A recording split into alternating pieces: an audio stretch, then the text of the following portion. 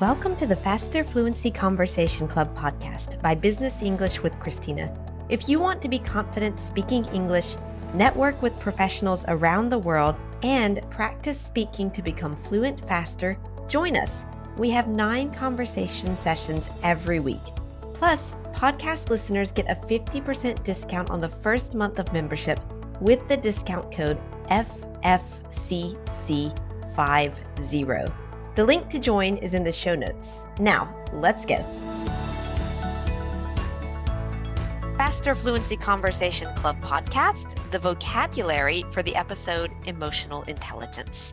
All right, we're back with Linda, and now we're going to go through some of the expressions that you heard in our conversation about emotional intelligence. And Linda, to start, do you just want to read the list of expressions that we're going to define? Sure. First, tactful. Second, to take with a grain of salt. Third, to have a knack for something or to have a knack for doing something. To be upset, to work it out, to work things out. And then finally, input. Right. All right. And do you want to define the first one, or would you like me to define the first one? I'm going to ask you to take the first one. All right, I'll take the first one. Tactful, which often when we pronounce it, it sounds like tactful.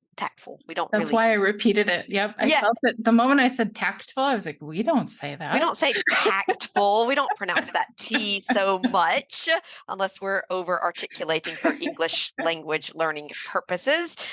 Tactful. So tactful basically means that it's full of tact, which basically means that it's, like you said, diplomatic, polite, taking into consideration the other person's feelings. Tactful. All right. The next one. Yeah. To take it with a grain of salt, or take something with a grain of salt. I'll let you take this one. I wish I knew what the origin is. And maybe you know what the origin is, but I do not.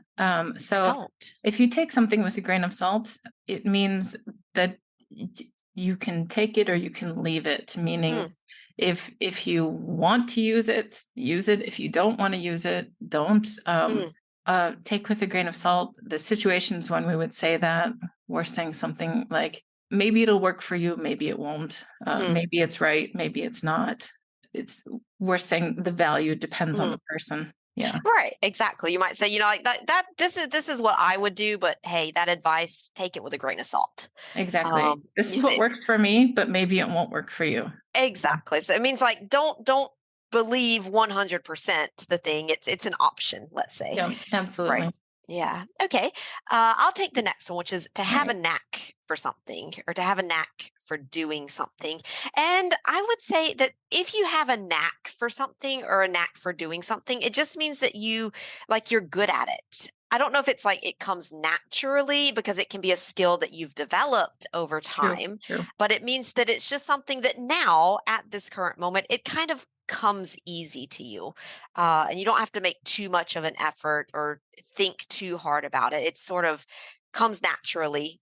And maybe that is natural, but maybe it's also because you've got a lot of practice. Yeah, to have a knack for something. What do you have a knack for? What do I have a knack for? I feel like I have a knack for making small talk with people, just because I've studied it and I've created a course around it, and I've worked with it. And so I feel like when I go into a networking event, even though actually in reality, I'm quite an introvert. I'd much rather spend my weekend alone on a couch with a book and my cat than at a networking event. But if I go to one, I don't feel uncomfortable, because I feel like, hey, I'm going to go and make small talk and connect with these people, and it's going to be fine. And then afterwards, I'm going to just go and crash. But I feel like I do have a knack for small talk. That's potentially because you're an introvert. I also am an introvert, which people don't usually believe. Because to survive, I had to force myself to talk to people and develop that. And now, like you said, it comes very naturally. But man, there was a time when it was not easy. Exactly. Yeah. Same here. I remember when I was a kid in first grade, I think my teacher said, she told my mom, she's like, Christina didn't say a word to anyone during the entire first year. So yeah, definitely not natural, but you're more introverted than I am. I just mean I would prefer to stay home, and I need recovery time after social excursions. Exactly. No, same here. All right. So let's see, back to our vocabulary. I'll let you define the next one. Yeah. So to be upset.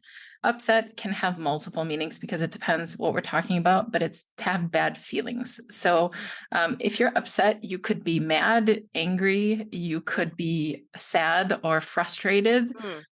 It just means you're having some kind of a negative emotion. Exactly. So something bad could happen, or it's a response to something negative usually. And the response is that you're upset. And it doesn't necessarily mean angry. You could also, like, you just broke up with your boyfriend, girlfriend, whatever, and now you're sad, angry, frustrated, lost, and you would just use the word upset. Upset to say a mix of these or some of these, a mix or all of negative. Of these. Yes. Exactly. Right. Exactly. All right. I'll take the next one, which is to work it out or to work things out. And this one is, I would say, quite simple because it really just means you've got a problem or a conflict or a conflictual situation, and you work together to find a solution or to resolve that situation. Like, you work it out. And the final one, that's yours. Final one. Yep. So I thought that this was an important word because when we think about input, usually we're thinking about data, Yeah. Where we input something into our computers and, like, it's, informatics.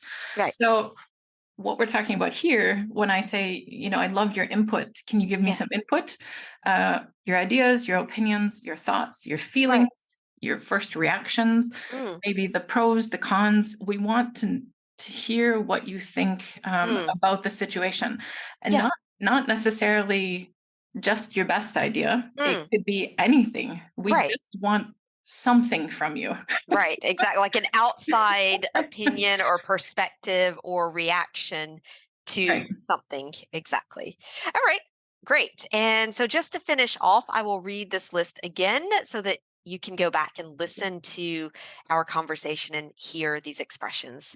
Tactful, to take it with a grain of salt. To have a knack for something or to have a knack for doing something. To be upset.